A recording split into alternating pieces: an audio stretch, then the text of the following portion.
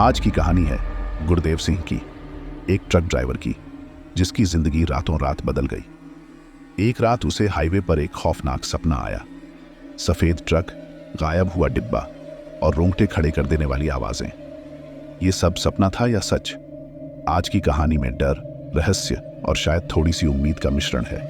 तो पूरी कहानी जानने के लिए बने रहिए हमारे चैनल पर। हेलो दोस्तों, मैं आपका दोस्त नवीन और आप सुन रहे हैं हॉरर कहानी मेरी जुबानी। दोस्तों, अब एक नया श्रृंखला रोजाना के लिए शुरू किया है। श्रृंखला यह है कि कहानी को सुनने के बाद आपको कहानी अच्छी लगे तो आप कमेंट करके ये बताना कि आप किस जगह से कहानी सुन रहे हो और आपका नाम क्या है। इसके बाद अगली वीडियो में मैं आपका नाम जरूर लूंगा। कमेंट करना ना भूलें और YouTube चैनल को भी सब्सक्राइब करें। यह छोटा सा सहयोग मेरे लिए बहुत महत्वपूर्ण है। चलिए शुरू करते हैं आज की हमारी कहानी। रात के काले आसमान में टिमटिमाते सितारे मानो राह भटकते मुसाफिरों को रास्ता दिखाने की कोशिश कर रहे थे। पंजाब के सुनसान हाईवे पर एक विशाल ट्रक अपनी तेज रफ्तार से हवा चीरता हुआ आगे बढ़ रहा था। ट्रक का ड्राइवर गुरदेव सिंह पहिया पर मजबूत पकड़ बनाए बैठा था। उसकी उम्र के 50 साल चेहरे की झुर्रियों में छिपे थे। आंखों में थकान साफ झलक रही थी। पिछले 3 दिनों से वह लगातार गाड़ी चला रहा था। मुंबई से अमृतसर तक सामान पहुंचाने का ठेका मिला था, तो मोटा पैसा मिलने का लालच देकर ट्रक कंपनी ने उसे अतिरिक्त घंटे निकालने के लिए राजी कर लिया था। पर अब थकान हद पार कर चुकी थी। अचानक इंजन की एक तेज आवाज गूंजी। गुरदेव सिंह चौंका। गाड़ी की रफ्तार धीमी पड़ने लगी। उसने क्लच दबाया और ट्रक को सड़क किनारे खड़ा कर दिया। इंजन की गर्मी से धुआं उठ रहा था।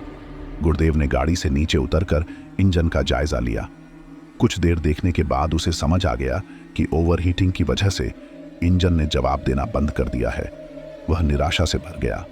इस सुनसान इलाके में रात के समय मैकेनिक ढूंढना मुश्किल था। मोबाइल नेटवर्क भी नहीं था। परेशानी में पड़ा गुरदेव ट्रक के पीछे बने छोटे से डिब्बे में जाने लगा। रात गुजारने के लिए वहीं उसका ठिकाना था। डिब्बे के अंदर एक पतली गद्दी बिछी थी और कोने में एक छोटी सी खिड़की थी। अंदर का माहौल काफी घुटन वाला था। गद्दे पर लेटते हुए गुरदेव ने सिगरेट जलाई। धुएं के छल्ले उड़ाते हुए उसने सोचा, कमबख्त जिंदगी, थोड़ा आराम भी नसीब नहीं। अचानक उसे डिब्बे के कोने में रखी हुई एक पुरानी मूर्ति नजर आई। यह एक छोटी सी लोहे की मूर्ति थी जिसे किसी पुराने मंदिर से लाया हुआ लगता था। गुरदेव सिंह धार्मिक व्यक्ति नहीं था, पर किसी अनहोनी के डर से उसने मूर्ति को उठा लिया और अपनी छाती से लगा ली। धीरे धीरे उसकी आंखें लग गईं। नींद में उसे एक सपना आया। सपने में वह उसी हाईवे पर गाड़ी चला रहा था, पर आसपास का माहौल बदल चुका था। सड़क उबड़ खाबड़ हो गई थी और आसमान में काले बादल छाए हुए थे। अचानक ही सामने से एक सफेद ट्रक आता हुआ दिखाई दिया। ट्रक की स्पीड इतनी तेज थी कि गुरदेव को कुछ समझ ही नहीं आया। सफेद ट्रक गुरदेव की गाड़ी से टकराया और वह हवा में उछलकर दूर जा गिरा। जब वह उठा तो उसने देखा कि सफेद ट्रक गायब हो चुका था। उसकी जगह एक खौफनाक आवाज गूंज रही थी। रात के अंधेरे में इंजन की कराह के साथ मौत चलती है। गुरदेव सिंह चीखते हुए उठा। उसकी नींद पूरी तरह टूट चुकी थी। बाहर बारिश होने लगी थी। बारिश की तेज आवाज के साथ इंजन की एक दबी हुई कराह सुनाई दी। गुरदेव का दिल दहल गया। वह सोचने लगा, क्या ये सपना था? बारिश की रिमझिम और इंजन की कराहट के बीच गुरदेव सिंह डिब्बे में बैठा हुआ कांप रहा था। सपने का वह खौफनाक वाक्य उसके दिमाग में बार बार गूंज रहा था। रात के अंधेरे में इंजन की कराह के साथ मौत चलती है। वह समझ नहीं पा रहा था कि यह सपना था या कोई भविष्यवाणी। थोड़ी देर बाद कराहट की आवाज कम हो गई। गुरदेव को लगा शायद ये बारिश की वजह से कोई धोखा हुआ होगा। उसने थोड़ा राहत की सांस ली। अचानक डिब्बे के बाहर से किसी के दबदबाते कदमों की आहट सुनाई दी। गुरदेव चौंका। रात के इस वक्त सुनसान हाईवे पर आखिर कौन हो सकता है? उसने सावधानी से डिब्बे का दरवाजा खोला। बाहर अंधेरा छाया हुआ था। बारिश अभी भी हो रही थी। कुछ देर झिझकने के बाद गुरदेव ने पूछा, कोई है? उसके सवाल का जवाब एक कर्कश आवाज में आया, मदद चाहिए भाई। आवाज इतनी भयानक थी कि गुरदेव के रोंगटे खड़े हो गए। आवाज इतनी गहरी थी मानो किसी कब्र से निकल कर आई हो। वह जवाब देने से पहले ही दरवाजा बंद करके अंदर चला गया। डिब्बे के अंदर बैठते हुए उसने सोचा, आखिर कौन हो सकता है वो? मदद मांग रहा था पर उसकी आवाज। थोड़ी देर बाद फिर वही आवाज सुनाई दी, डर मत भाई, मदद करो तो तुम्हारा भला होगा। गुरुदेव ने जवाब नहीं दिया। वह डिब्बे के अंदर बैठा सिहर रहा था। अचानक उसे याद आया कि ट्रक के टूल बॉक्स में एक लोहे की रॉड रखी हुई है। वह टटोलते हुए टूल बॉक्स तक पहुंचा और रॉड निकाल ली। उसे नहीं पता था कि वो आवाज सच थी या कोई भ्रम, पर वह किसी भी खतरे के लिए तैयार रहना चाहता था। कुछ देर तक इंतजार करने के बाद जब कोई आवाज नहीं आई तो उसने सांस ली। शायद वो कोई आवारा आदमी होगा जो बारिश से बचने के लिए आया था। धीरे धीरे नींद उसे जकड़ने लगी। तभी अचानक डिब्बे के बाहर से ट्रक के हॉर्न की तेज आवाज गूंजी। गुरुदेव चौंक कर उठा। ट्रक का हॉर्न तो खराब हो चुका था। आखिर ये आवाज आई कहां से? डर के मारे गुरुदेव का मुंह सूख गया। उसने डिब्बे का दरवाजा खोलने की हिम्मत नहीं जुटाई। रात कटने का इंतजार करने के अलावा उसके पास कोई चारा नहीं था। सुबह होते ही गुरुदेव ने देखा कि बारिश थम चुकी थी। आसमान साफ था और सूरज की किरणें धीरे धीरे धरती को नुहार रही थीं। उसने डिब्बे से बाहर निकलकर ट्रक का जायजा लिया। इंजन अभी भी गर्म था, पर रात में सुनाई देने वाली कराहट अब खत्म हो चुकी थी। ट्रक के टायरों के निशान गौर से देखने पर उसे लगा कि गाड़ी रात में थोड़ा आगे खिसक गई है। गुरुदेव को समझ नहीं आया कि ये कैसा भ्रम है। उसने ट्रक को स्टार्ट करने की कोशिश की। इंजन ने कुछ खटखटाहट की आवाज की, पर चालू नहीं हुआ। निराश होकर गुरुदेव ने सोचा कि किसी तरह किसी गांव तक पहुंचना होगा जहां से वो मैकेनिक को बुला सके। वह ट्रक के पीछे बने डिब्बे के पास गया। डिब्बे के पास पहुंचकर गुरुदेव सिंह चौंक गया। कल रात तक ट्रक से जुड़ा हुआ डिब्बा गायब था। उसकी जगह सिर्फ जमीन पर खींचे जाने के निशान थे। हैरानी के मारे गुरुदेव के हाथ पांव फूल गए। उसने चारों तरफ देखा, पर डिब्बा कहीं नजर नहीं आया। उसे समझ नहीं आ रहा था कि आखिर ये हुआ कैसे। क्या रात में कोई चोर आया था या फिर उसका मन घबराने लगा। कल रात की अजीब आवाज, डिब्बे का गायब होना, ये सब कुछ उसे बेचैन कर रहा था। वो सोचने लगा, क्या कहीं ये सपना नहीं, सचमुच कोई भूत प्रेत का साया है। कुछ देर सोचने के बाद उसने फैसला किया कि फिलहाल डिब्बे के बारे में बाद में सोचा जाएगा।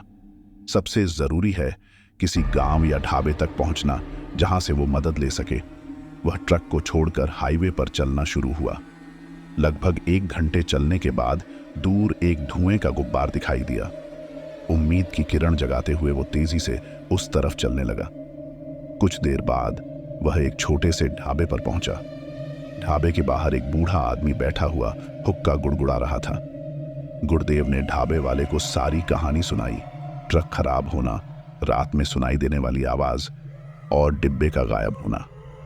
बूढ़े आदमी ने गौर से उसकी बात सुनी, फिर हुक्के का एक लंबा कश लेकर बोला, बेटा, यह हाईवे काफी पुराना है। कहते हैं यहां सालों पहले एक बड़ा हादसा हुआ था। एक ट्रक खराब हो गया था और उसमें सवार सभी लोग मारे गए थे। गुरुदेव की सांसें थम गई। बूढ़े ने आगे कहा, लोग कहते हैं रात को कभी कभी उस ट्रक की आवाज सुनाई देती है और वो उसी ट्रक वालों को ढूंढता है जिन्हें मदद की जरूरत हो। गुरुदेव सन्न रह गया। क्या वो आवाज वाकई उस खौफनाक ट्रक की थी? और डिब्बा, क्या वो भी उसी ट्रक के साथ चला गया था? बूढ़े ने उसे आश्वासन दिया कि वो अपने एक लड़के को ट्रक मैकेनिक के पास लेकर जाएगा। साथ ही उसने चेतावनी दी, बेटा, रात को अकेले मत रहना। कुछ देर बाद बूढ़े का लड़का एक जीप लेकर आया। गुरुदेव उसके साथ गांव गया जहां एक मैकेनिक रहता था। मैकेनिक ने ट्रक को देखने के बाद बताया कि इंजन में कोई बड़ी खराबी नहीं है, बस थोड़ी सी मरम्मत की जरूरत है। शाम ढलने से पहले ट्रक ठीक हो गया। मरम्मत करवाने के बाद गुरुदेव ने बूढ़े को और उसके बेटे को धन्यवाद दिया। वह अब रात होने से पहले ही किसी बड़े शहर तक पहुंचना चाहता था। ट्रक चलाते हुए गुरुदेव अपने साथ हुई घटनाओं के बारे में सोच रहा था। वह अभी भी पूरी तरह से समझ नहीं पा रहा था कि सच क्या है और भ्रम क्या। अचानक उसे ट्रक के पीछे एक हल्की खटखटाहट सुनाई दी। उसका दिल दहल गया। कहीं वो डिब्बा। वह ट्रक को किनारे रोककर बाहर निकला। उसने पीछे देखा, पर वहां कुछ नहीं था। सिर्फ सड़क पर खींचे जाने का वही निशान मौजूद था। गुरुदेव ने गहरी सांस ली। शायद वो वाकई थकान की वजह से भ्रम देख रहा था। वह ट्रक में वापस बैठ गया और गाड़ी आगे बढ़ा दी। रात होने से पहले वह एक बड़े शहर पहुंचकर गुरुदेव ने राहत की सांस ली। ट्रक को एक होटल के पार्किंग में खड़ा कर वह थकावट मिटाने के लिए अपने कमरे में चला गया। बिस्तर पर लेटते हुए भी उसके दिमाग में दिन भर की घटनाएं घूम रही थीं। खासकर रात में सुनाई देने वाली आवाज और गायब हुआ डिब्बा उसे बेचैन कर रहे थे। थोड़ी देर में नींद उसे जकड़ ली। रात के करीब 2 बजे उसे एक खौफनाक सपना आया। सपने में वह उसी हाईवे पर ट्रक चला रहा था। रात काली थी और आसमान में घने बादल छाए हुए थे। अचानक सामने से एक सफेद ट्रक आता हुआ दिखाई दिया। वही सफेद ट्रक जो उसने सपने में पहले भी देखा था। इस बार गुरुदेव कुछ कर पाने से पहले ही सफेद ट्रक से टक्कर हो गई। जोरदार टक्कर के साथ उसकी आंखें खुल गईं। कमरे में अंधेरा था। उसकी सांसें तेज चल रही थीं। अचानक उसे ट्रक के बाहर इंजन की एक दबी हुई कराह सुनाई दी। वही कराहट जो उसने उस रात डिब्बे में सुनी थी। गुरुदेव का दिल दहल गया। कहीं ये सपना नहीं, बल्कि उसने हिम्मत जुटाकर कमरे से बाहर निकला। होटल के पार्किंग में जाकर उसने देखा कि ट्रक की लाइटें जल रही थीं और इंजन भी गुर्रा रहा था। ट्रक के पीछे डिब्बा लगा हुआ था, बिल्कुल पहले जैसा। गुरुदेव को यकीन नहीं हो रहा था। उसने आंखें मसलकर फिर देखा। सब कुछ सच था। डिब्बा वापस आ गया था। पर यह कैसे हुआ? और ये ट्रक कौन चला रहा है? उसके मन में सवालों का तूफान उठ रहा था। डर और उत्सुकता के बीच झूलते हुए धीरे धीरे गुरुदेव ट्रक के पास गया। ड्राइवर की सीट पर कोई नहीं बैठा था। ट्रक अपने आप चल रहा था। इंजन की गुर्राहट के अलावा कोई आवाज नहीं आ रही थी। गुरुदेव को खून ठंडा हो गया। वह समझ नहीं पा रहा था कि क्या करे, भाग जाए या फिर ट्रक में बैठकर देखे कि यह सब हो क्या रहा है। इस उधेड़बुन में खड़े हुए उसे काफी देर हो गई। अचानक ट्रक का दरवाजा खुद ब खुद खुल गया, मानो उसे अंदर आने का इशारा कर रहा हो। गुरुदेव के पैर जमीन पर जमे ही नहीं थे, पर ट्रक खड़ा नहीं होने वाला था। किसी अनजाने डर से वह ट्रक में चढ़ गया और ड्राइवर की सीट पर बैठ गया। ट्रक स्टार्ट हो चुका था। इंजन की गुर्राहट तेज हो गई। ट्रक बिना किसी दिशा निर्देश के हाईवे पर चलने लगा। गुरुदेव स्टीयरिंग संभालने की कोशिश कर रहा था, पर ट्रक मानो किसी और के कंट्रोल में था। कुछ देर बाद ट्रक हाईवे से हटकर एक सुनसान रास्ते पर चलने लगा। रात का अंधेरा इस सुनसान रास्ते को और भी खौफनाक बना रहा था। गुरुदेव डर के मारे पसीने से तर हो चुका था। अचानक ट्रक एक पुराने मंदिर के सामने रुक गया। ट्रक का दरवाजा फिर से खुल गया। गुरुदेव को समझ नहीं आ रहा था कि उसे यहां क्यों लाया गया है। डरते हुए वह ट्रक से नीचे उतरा और मंदिर के अंदर गया। मंदिर काफी पुराना था और अंदर का माहौल काफी भयानक था। टूटी फूटी मूर्तियों के बीच एक धुंधली सी रोशनी जल रही थी। मंदिर के अंदर गुरुदेव सिंह को एक बुजुर्ग साधु बैठा हुआ दिखाई दिया। साधु की आंखें मंदिर की धुंधली रोशनी में चमक रही थी। गुरुदेव उनके पास गया और घबराते हुए पूछा, बाबा, ये सब क्या हो रहा है? ये ट्रक, ये डिब्बा? साधु ने धीमी आवाज में जवाब दिया, गुरुदेव सिंह, तुम इस ट्रक ड्राइवर की लापरवाही की वजह से मरे लोगों की आत्माओं को ढोने के लिए चुने गए हो। गुरुदेव चौंक गया। कौन सा ट्रक ड्राइवर, कौन सी आत्माएं? साधु ने बताया, कुछ साल पहले इसी हाईवे पर एक ट्रक हादसा हुआ था। उस ट्रक के ड्राइवर की लापरवाही से कई लोगों की मौत हो गई। उनकी आत्माएं शांत नहीं हो पा रही और बदला लेना चाहती हैं। गुरुदेव समझने लगा, तो ये सफेद ट्रक उसी हादसे वाला ट्रक है? साधु ने सिर हिलाया। हाँ, और ये डिब्बा भी उसी ट्रक का हिस्सा था। रात में सुनी जाने वाली आवाज उन्हीं आत्माओं की है। गुरुदेव घबरा कर बोला, पर उन आत्माओं को मुक्ति कैसे मिलेगी और मैं इसमें फंस क्यों गया? साधु ने गहरी सांस ली। तुम एक धार्मिक व्यक्ति नहीं हो, पर कल रात तुमने अपनी छाती से लोहे की मूर्ति लगा ली थी। उस पल में तुम्हारे मन में दया का भाव जागा। ये भाव ही तुम्हें बचा सकता है। तुम्हें हर रात इसी मंदिर में आना होगा और मृतकों के नाम पर दान पुण्य करना होगा। उनकी अशांत आत्माओं को शांत करना होगा। यही उनका बदला है। गुरुदेव को समझ नहीं आ रहा था कि वह क्या करे। ट्रक ड्राइवर की गलती की सजा उसे क्यों भुगतनी पड़ रही है? पर साधु के चेहरे पर इतना गुस्सा था कि गुरुदेव को इनकार करने की हिम्मत नहीं हुई। वह जानता था कि अगर उसने ऐसा नहीं किया तो शायद उसकी भी यही गति हो जाए। उसने साधु को हाँ में जवाब दिया। साधु ने उसे दान पुण्य की विधि बताई और गायब हो गया। गुरुदेव मंदिर से बाहर निकला। ट्रक अभी भी वहीं खड़ा था। वह ट्रक में चढ़ा और शहर की तरफ वापस चला। रात भर उसकी आंखों में नींद नहीं आई। उसके दिमाग में सवालों का जाल था। सुबह होते ही गुरुदेव ने होटल से चेकआउट किया और सीधे बाजार की तरफ चला गया। उसने गरीबों को भोजन कराया, मंदिरों में दान दिया और मृतकों के नाम पर पूजा पाठ करवाई। शाम होते ही वह फिर से उसी मंदिर पर पहुंचा। उसने वहां फिर से दान पुण्य किया। इस बार उसे ऐसा लगा मानो मंदिर का माहौल थोड़ा कम भयानक हो गया है। रात को वापस होटल पहुंचने के बाद गुरुदेव ट्रक के पास गया। ट्रक का दरवाजा खुला था। वह ड्राइवर की सीट पर बैठा। ट्रक अपने आप स्टार्ट हो गया और हाईवे की तरफ चल पड़ा। इस बार ट्रक उसे किसी मंदिर में नहीं ले गया, बल्कि हाईवे के एक सुनसान किनारे रोक दिया। ट्रक का दरवाजा खुलते ही गुरुदेव नीचे उतर गया। कुछ ही दूरी पर उसे एक पुरानी कब्र दिखाई दी। कब्र पर एक टूटा हुआ फूलदान रखा था। गुरुदेव ने फूलदान को साफ किया और उसमें नए फूल रख दिए। उसी समय उसे हवा में एक हल्की सी सरसराहट सुना। हवा में सरसराहट के साथ एक फीकी रोशनी चमकी और धीरे धीरे एक महिला का पारदर्शी रूप सामने आया। महिला की पोशाक पुरानी थी और चेहरे पर गहरी उदासी छाई हुई थी। गुरुदेव को उसकी आंखों में पहचान का आभास हुआ।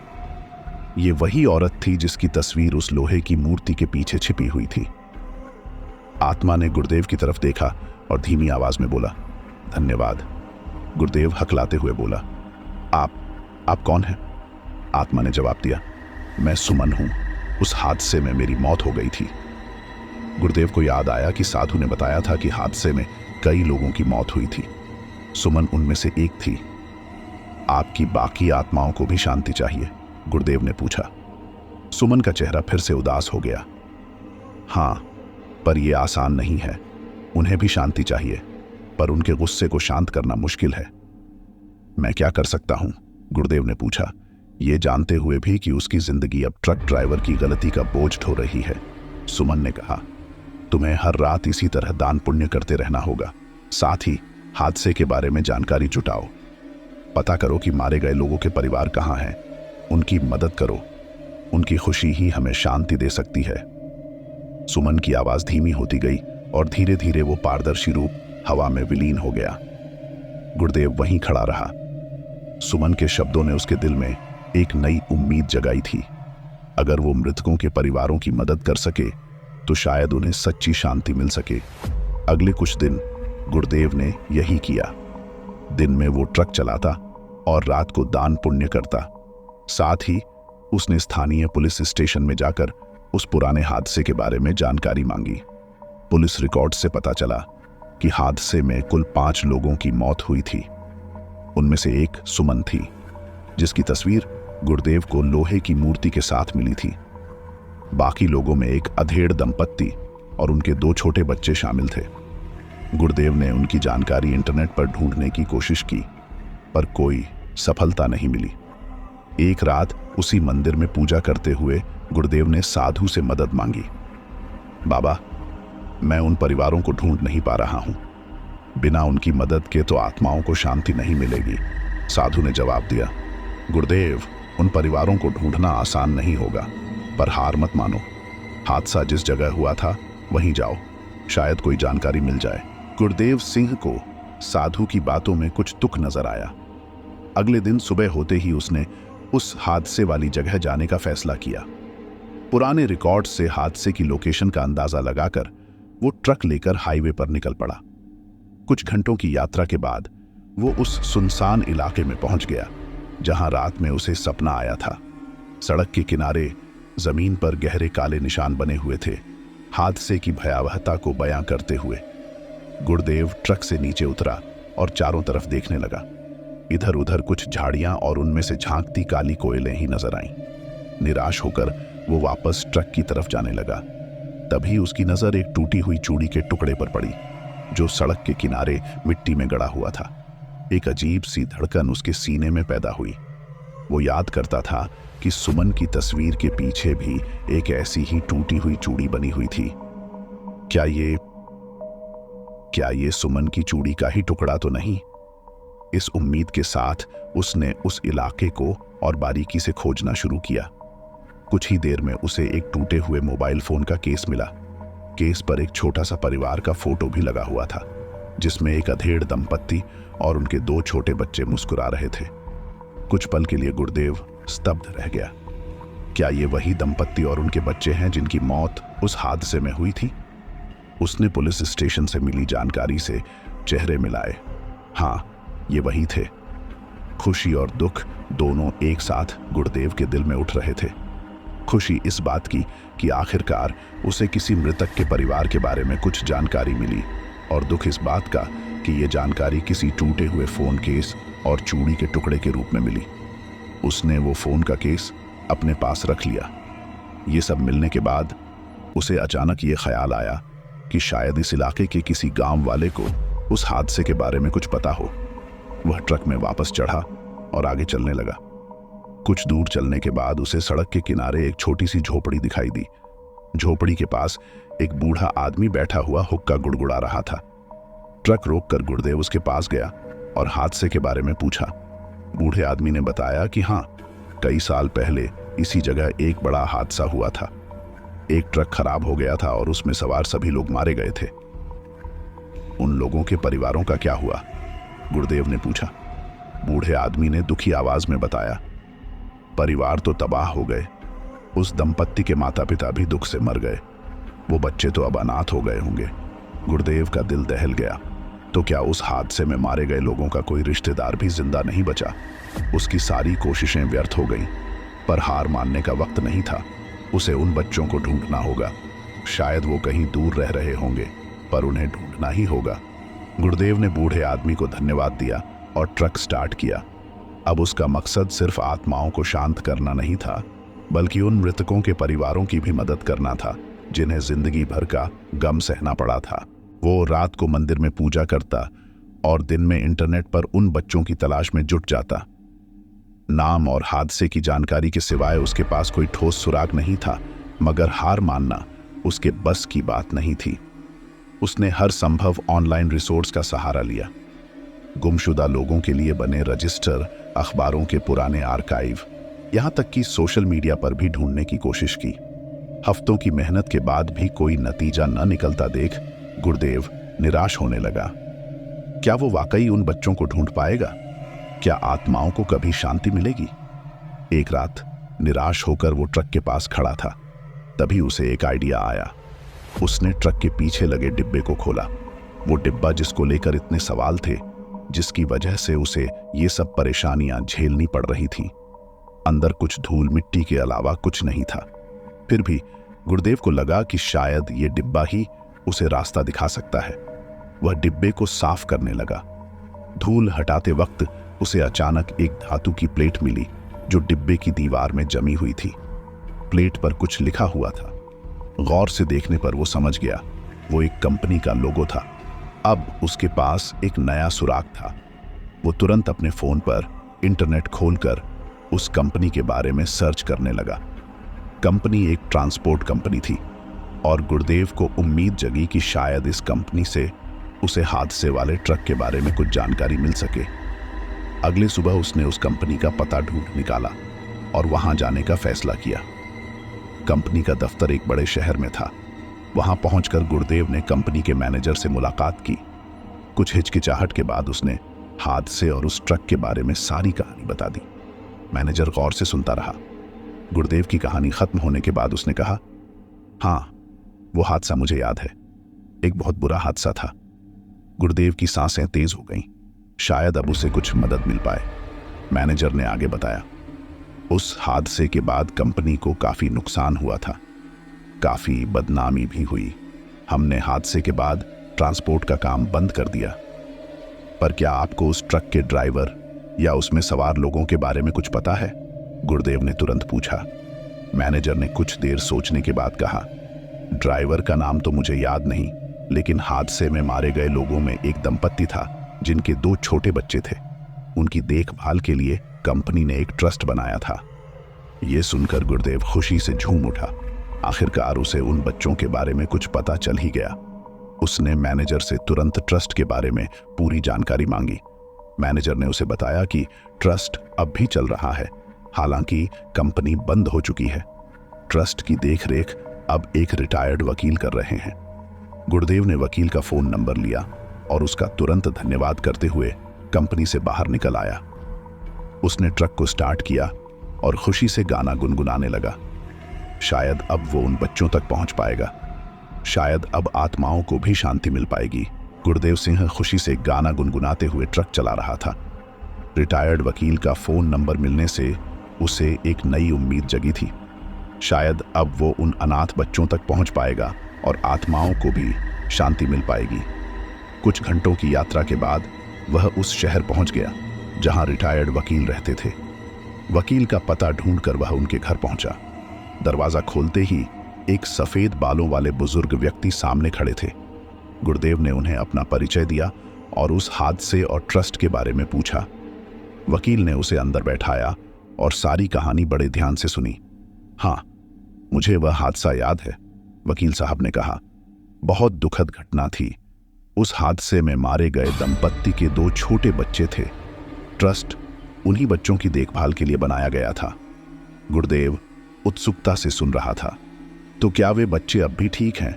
मैं उनसे मिलना चाहता हूं। वकील साहब का चेहरा उदासी से भर गया। बच्चे तो अब बड़े हो गए हैं।